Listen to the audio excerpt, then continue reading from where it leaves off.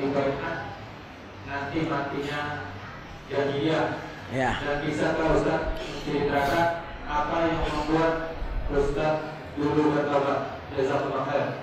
Ya, memang hadisnya sahih riwayat Muslim, riwayat Abu Daud, man mata falaysa lahu fi unuqi bai'atan mata mitatan jahiliyatan.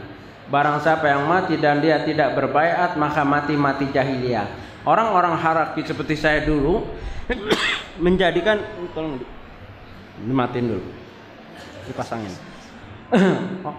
Orang-orang seperti dahulu saya, kelompok saya dulu menjadikan hadis ini matinya mati kafir, yang nggak baiat dengan kelompoknya, kelompok saya dulu matinya mati kafir. Itu jelas jauh dari pemahaman para ulama.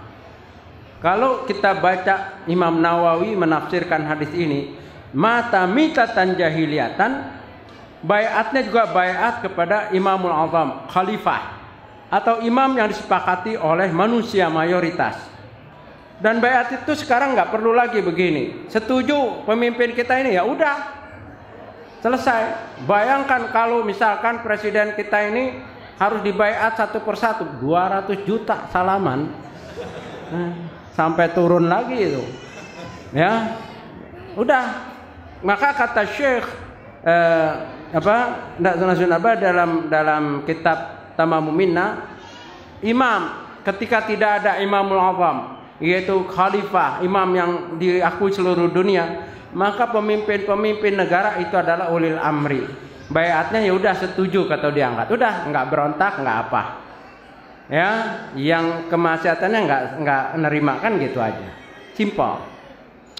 Adapun orang-orang seperti ini atau harakah menjadikan hadis ini menjadi pegangan betul.